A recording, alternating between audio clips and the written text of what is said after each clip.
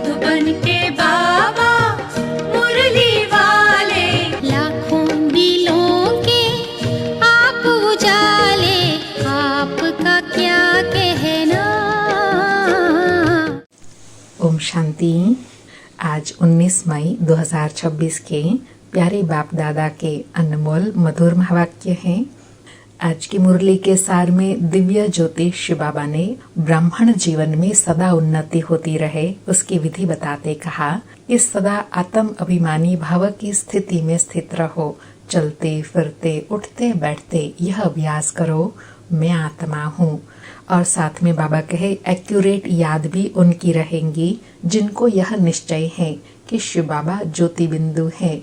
उस ज्योति स्वरूप में अपने को आत्मा समझ बाप को याद करेंगे, उसको एक्यूरेट याद कहा जाता है। और साथ में स्मृति दिलाई, बाप को याद करना है, रोटी टुकड़ा खाना है, बस।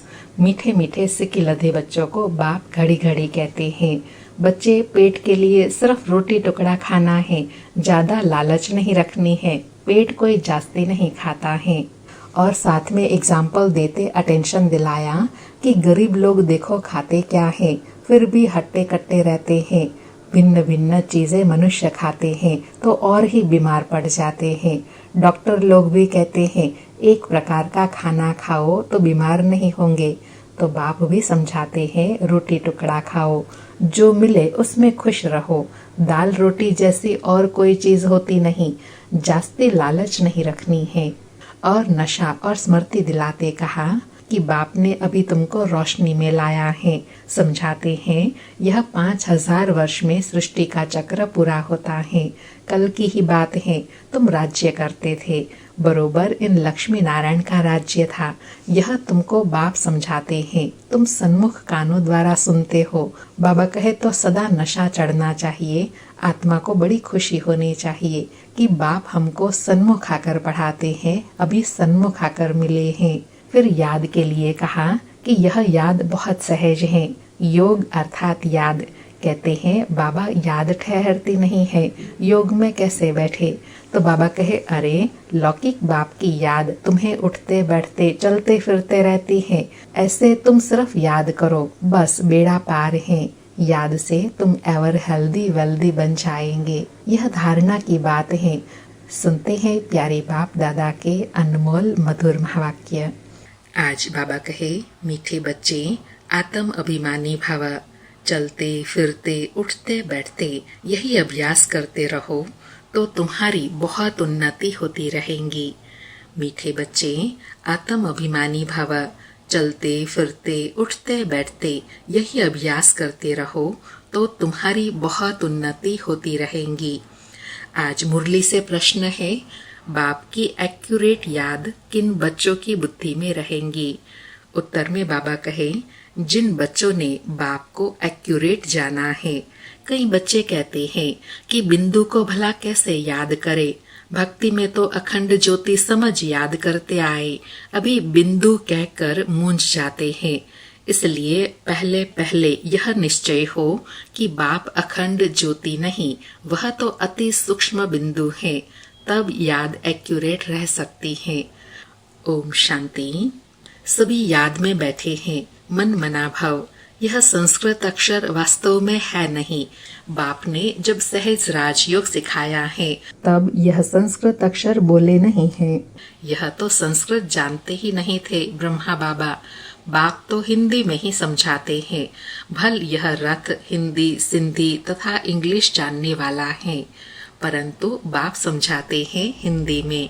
जो जिस धर्म का है उनकी अपनी भाषा है, यहाँ हिंदी भाषा ही चलती है। यह भाषा समझाना सहज है और यह स्कूल भी वंडरफुल है।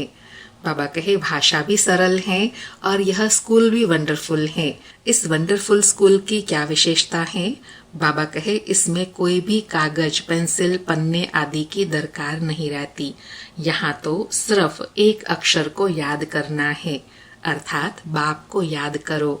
गॉड को अथवा ईश्वर को अथवा परमपिता परमात्मा को कोई याद न करे। यह मुश्किल है। याद सभी करते हैं परंतु उनकी पहचान नहीं है। बाप ही आकर अपनी पहचान देते हैं। शास्त्रों में जो कल्प की आयु इतनी लंबी चौड़ी लिख दी है, वह बाप आकर समझाते हैं। बहुत बड़ी बात भी नहीं है। बाबा कहे, अहिल्याए, बूढ़ी माताएं क्या समझेंगी, यह तो बहुत ही सहज है, कोई छोटे बच्चे भी समझ सकते हैं। बाबा अक्षर कोई नया नहीं है। शिव के मंदिर में जाते हैं तो बुद्धि में आता है कि यह शिव बाबा हैं, वह निराकार हैं। सभी मनुष्य मात्र बाबा कहते हैं। हम सर्व आत्माओं का बाप एक है। सब जीव की आत्माएं जो शरीर में निवास करती हैं, बाप को याद करती हैं।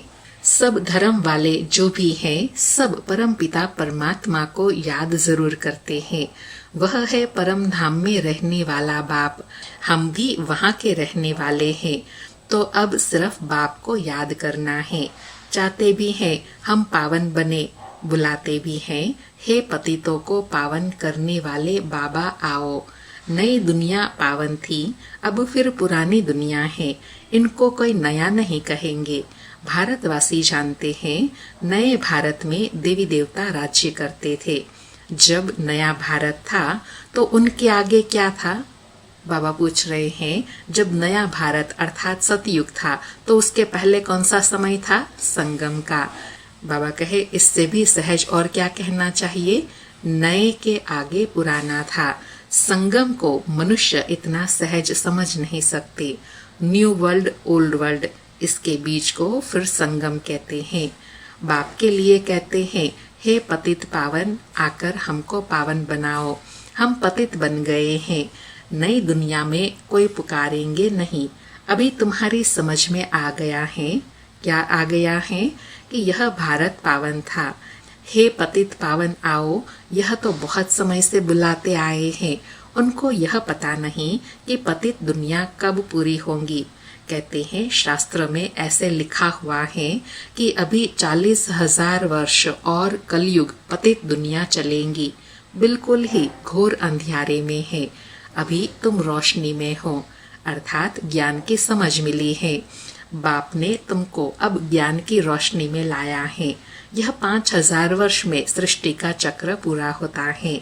कल की बात है, तुम राज्य करते थे, बरोबर इन लक्ष्मी नारायण का राज्य था। बाबा कहे, यह कल की ही बात है। स्वर्ग था। पावन दुनिया में कोई उपद्रव आदि हो नहीं सकता। उपद्रव होता ही है रावण राज्य में। यहाँ तुमको बाप समझाते हैं। तुम सन्मुख कानों से सुनते हो। कौन सुनते हैं? बाबा कहे, सन्मुख कानों से कौन सुनते हैं? आत्मा। आत्मा को बड़ी खुशी होती है। बाबा कहे, सन्मुख सुनने से आत्मा को बड़ी खुशी होती है। हमको बाबा फिर से आकर मिला है। बाप से वर्षा लिया था, अब बाप कहते हैं मुझे याद करो। इसमें कोई लिखने पढ़ने की बात नहीं। जब कोई आते हैं तो पूछा जाता है, आपका कैसे आना हुआ? तो कहेंगे यहाँ के महात्मा से मिलने। क्यों? तुमको क्या चाहिए? तो बताओ, कोई भिक्षा चाहिए? सन्यासी हो तो रोटी टुकड़ा चाहिए। सन्यासी किसके पास जाते हैं, वह रास्ते में मिलते हैं तो रिलीजियस मनुष्य समझते हैं यह फिर भी पवित्र मनुष्य हैं, इनको भोजन खिलाना अच्छा है। अभी तो पवित्रता भी नहीं रही है। बिल्कुल ही तमो प्रधान दुनिया है। इसमें बड़ी गंदगी है। मनुष्य कितना हैरान होते हैं। यहाँ तो हैरान होने की बात ही नहीं। बाप कहते हैं लिखने करने की भी बात नहीं। यह पॉइंट्स आदि भी लिखते हैं धारणा करने के लिए। जैसे डॉक्टर लोगों के पास भी कितनी दवाइयाँ होती हैं, इतनी सब दवाइयाँ याद रहती हैं। बैरिस्टर की बुद्धि में कितनी लॉ की बातें याद रहती हैं। तुमको याद करना है एक बात, सो भी बड़ी सहज। तुमको कहते हैं एक शिव बाबा को याद करो। बाबा कहे, इस पढ़ाई से प्राप्ति कितनी है और कितना सहज है। डॉक्टरी में कितनी दवाइयाँ याद करनी पड़ती हैं, लॉ में कितने पॉइंट्स याद करने पड़ते हैं। यहाँ तो बाबा कहते हैं तुमको एक ही बात याद करनी है। कौन सी? एक बाप को याद करना है। वह कहते हैं शिव बाबा कैसे आएंगे, यह तो तुम्हारे सिवाय और किसी को पता नहीं है। ईश्वर कहाँ है? वह तो कहेंगे नाम रूप से न्यारा है, या फिर कह देते हैं सर्वव्यापी है। रात दिन का फर्क हो जाता है। दोनों अक्षर में नाम रूप से न्यारी तो कोई चीज है नहीं। फिर कह देते कुत्ते बिल्ली सब में परमात्मा है। दोनों एक दो के अपोजिट बात हो गई। तो बाप अपना परिचय दे कहते हैं मुझ बाप को याद करो। गाया भी जाता है सहज राजयोग। बाप कहते हैं योग अक्षर निकाल दो, याद करो। जैसे छोटा बच्चा माँ बाप को देखने से ही जट गले लग जाता है। पहले सोचेगा करेगा क्या कि हमारे माँ बाप है, नहीं, इसमें सोचने करने की बात नहीं है। तुम्हें भी सिर्फ शिव बाबा को याद करना है। बाबा एग्जाम्पल देकर बता रहे हैं कि जैसे छोटा बच्चा कैसे अपने माता पिता के गले लग जाता है, सोचने करने की बात ही नहीं। ऐसे बाबा कहे इसमें भी सोचने करने की बात नहीं है। शिव बाबा है ही हम सब आत्माओं का पिता, उनको याद करना है। भक्ति मार्ग में भी तुम शिव पर फूल चढ़ाते आए हो। सोमनाथ का मंदिर कितना भारी बनाया हुआ है, जो बाद में मोहम्मद गजनवी ने आकर लूटा था। सोमनाथ का मंदिर भारत में नामी ग्रामी है। सबसे पहले तो शिव की पूजा होनी चाहिए। बच्चों को यह सब नॉलेज अभी बुद्धि में आई है। भल पूजा आदि करते आए हो, परंतु तुमको यह पता ही नहीं था कि यह जड़ चित्र है। जरूर चैतन्य में आया होगा, तब तो वर्ष वर्ष शिव जयंती भी मनाते हैं। यह भी कहते हैं शिव परमात्मा निराकार है। आत्मा जानती है, क्या जानती है कि हम भी निराकार हैं। अभी तुम आत्म अभिमानी बनते हो। बहुत सहज है, वह तो हमारा बाबा है। ज्ञान का सागर, सुख का सागर, पतित पावन है। उनकी बहुत महिमा है। ब्रह्मा विष्णु शंकर की इतनी महिमा नहीं है, एक शिव बाबा की ही महिमा गाते हैं। अब तुम बच्चे जानते हो, बरोबर हमको वर्षा दे रहे हैं। जैसे लौकिक बाप बच्चों का लालन पालन करते हैं, पढ़ाते नहीं हैं। पढ़ाई के लिए स्कूल में जाते हैं, फिर वानप्रस्थ में गुरु किया जाता है। आजकल तो छोटे बड़े सबको गुरु करा देते हैं। यहाँ तो तुम बच्चों को कहा जाता है शिव बाबा को याद करो, सबका हक है। बाबा कहे सब मेरे बच्चे हैं। तुम्हारे में भी कोई है जो अच्छी रीति याद करते हैं। कहीं तो कहते हैं बाबा किसको याद करे, बिंदी को कैसे याद करे, बड़ी चीज को याद किया जाता है। अच्छा, बाबा कहे अच्छा, परमात्मा जिसको तुम याद करते हो वह चीज क्या है? तो कह देते अखंड ज्योति स्वरूप है, परंतु ऐसे नहीं है। बाबा कहे अखंड ज्योति को याद करना रॉन्ग हो जाता है। याद तो एक्यूरेट चाहिए, पहले एक्यूरेट जानना चाहिए। बाप ही आकर अपना परिचय देते हैं और फिर बच्चों को सारे सृष्टि के आदि मध्य अंत का समाचार सुनाते हैं, डिटेल में भी तो नटशेल में भी। अब बाप कहते हैं बच्चे तुमको पावन बनना है, तो उसके लिए एक ही उपाय है। कौन सा? मुझ एक बाप को याद करो। मुझे कहते ही है पतित पावन। आत्मा को पावन बनना है। आत्मा ही कहती है हम पतित बन गए हैं। हम पावन थे, अब पतित हैं। सब तमो प्रधान है। हर एक चीज पहले सतो प्रधान फिर तमो प्रधान होती है। आत्मा खुद कहती है मैं पतित बनी हूँ, मुझे पावन बनाओ। शांति धाम में पतित होते नहीं, यहाँ पतित है तो दुखी है।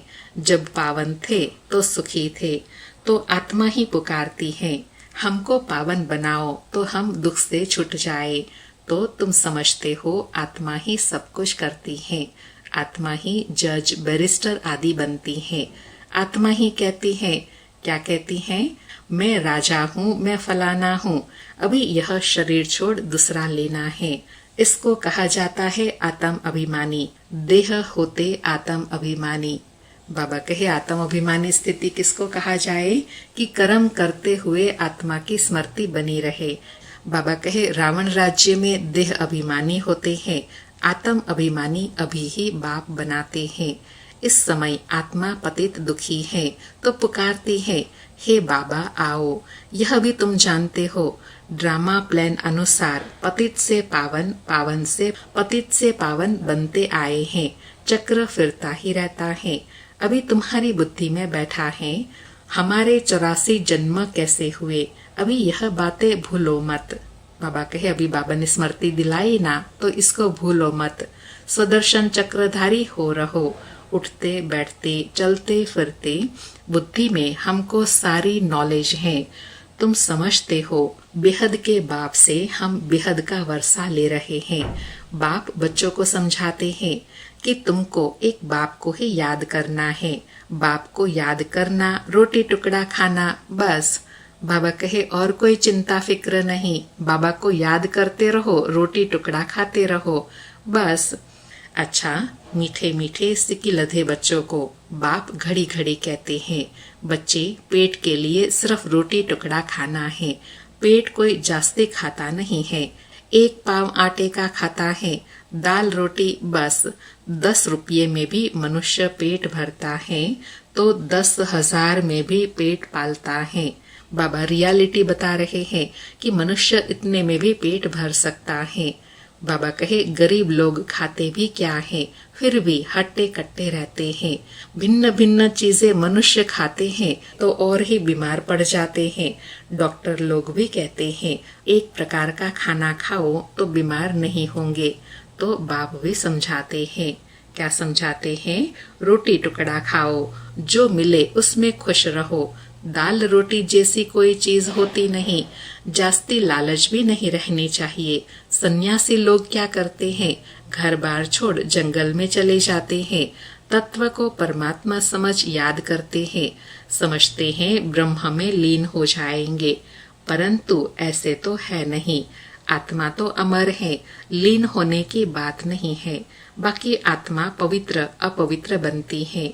तुमको कितना अच्छा ज्ञान मिला है, तुम ही प्रारब्ध भोगते हो, फिर यह ज्ञान भूल जाता है, फिर सीढ़ी उतरनी होती है। अब तुम्हारी बुद्धि में सारा ज्ञान बैठा हुआ है। हम 84 जन्म कैसे भोगते हैं, यह पार्ट कभी भी कोई का बंद नहीं होता है। यह बना बनाया ड्रामा है जो फिरता ही रहता है। यह कह नहीं सकते कि भगवान ने कब कैसे कहाँ बैठ बनाया, नहीं, यह तो चलता ही आता है।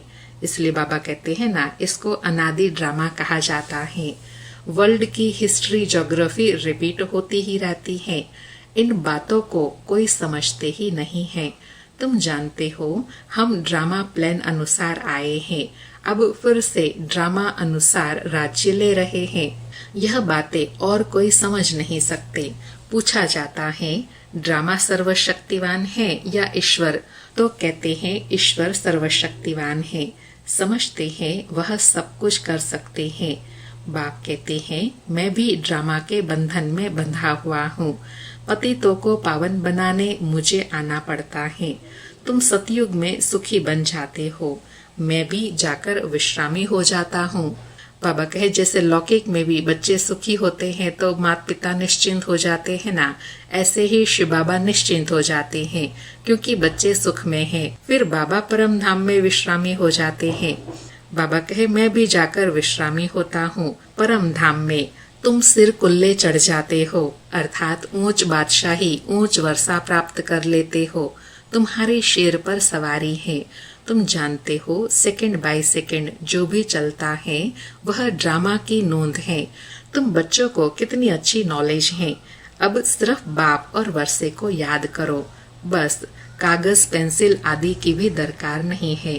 ब्रह्मा बाबा भी पढ़ते हैं, यह तो कुछ रखते ही नहीं है, सिर्फ बाप को याद करना है तो वर्षा मिलेगा। कितना सहज है। याद से तुम एवर हेल्दी बनेंगे। यह है धारणा की बात। लिखने से क्या फायदा होगा, यह तो सब विनाश हो जाएगा।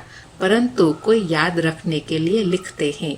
जैसे कोई बात याद करनी होती है तो गांठ बांध देते हैं। तुम भी गांठ बांध लो। कौन सी? शिव बाबा और वर्षे को याद करना है। तो बाबा कहे तुम भी गांठ बांध लो, शिव बाबा और वर्षे को याद करना है। यह तो बहुत सहज है। योग अर्थात याद। कहते हैं बाबा याद नहीं ठहरती, योग में कैसे बैठे? अरे बाबा कहे अरे लौकिक बाप की याद उठते बैठते चलते फिरते रहती है। तुम भी सिर्फ याद करो, बस बेड़ा पार है। जैसे बाबा कहे लौकिक माता पिता को याद करते हैं, ऐसे शिव बाबा को याद करो तो बेड़ा पार है। अच्छा, मीठे मीठे सिक्के लधे बच्चों प्रति माता पिता बाप दादा का याद प्यार और गुड मॉर्निंग। रूहानी बाप की रूहानी बच्चों को नमस्ते। हम रूहानी बच्चों की रूहानी माता पिता बाप दादा को याद प्यार गुड मॉर्निंग और नमस्ते नमस्ते। सारी मुरली से धारणा के लिए सार है। पहला पॉइंट, सुदर्शन चक्रधारी बन 84 का चक्र बुद्धि में फिराते रहना है। बेहद बाप को याद कर बेहद का वर्षा लेना है, पावन बनना है। दूसरा पॉइंट, किसी भी चीज की लालच नहीं करनी है, जो मिले उसमें खुश रहना है। रोटी टुकड़ा खाना है, बाप की याद में रहना है। आज बाबा का वरदान है, सर्व के दिलों के राज को जान, सर्व को राजी करने वाले सदा विजयी भव। बाबा कहे विजयी कब बनेंगे? जब सर्व के दिलों के राज को जानेंगे, तब सर्व को राजी कर विजयी बनेंगे। स्पष्टीकरण है, विजय बनने के लिए हर एक के दिल के राज को जानना है। किसी के मुख द्वारा निकलने वाले आवाज से उसके दिल के राज को जान लो तो विजय बन सकते हो। लेकिन दिल के राज को जानने के लिए अंतर्मुखी चाहिए। जितना अंतर्मुखी रहेंगे उतना हर एक के दिल के राज को जानकर उसे राजी कर सकेंगे। राजी करने वाले ही विजयी बनते हैं। बाबा कहे विजय बनने के लिए क्या करना है? सबके दिलों के राज को जानना है। जब आवाज के भाव को जानकर उस राज को समझ जाएंगे तो उनको राजी कर सकेंगे, और जो सर्व को राजी करने वाला है वही विजय बनता है। आज का स्लोगन है, वैराग्य ऐसी योग्य धरनी है जिसमें जो भी फल डालेंगे वह फलीभूत अवश्य होगा। वैराग्य ऐसी योग्य धरनी है जिसमें जो भी फल डालेंगे वह फलीभूत अवश्य होगा। आज के अव्यक्त इशारे हैं, सदा अचल अडोल एक रस स्थिति का अनुभव करो। आज अनुभव करने के लिए कहा कि सदा उमंग उल्लास में एक रस रहने के लिए जो भी संबंध में आते हैं, चाहे स्टूडेंट चाहे साथी, सभी को संतुष्ट करने की उत्कंठा हो। जिसको भी देखो उससे हर समय गुण उठाते रहो। सर्व के गुणों का बल मिलने से सदा काल के लिए उत्साह एक रस रहेगा। गुणग्राही बनो, अवगुणों को देखते हुए भी नहीं देखो। अवगुणों को देखते हुए भी नहीं देखो। अच्छा, ओम शांति। शुक्रिया बाबा, शुक्रिया।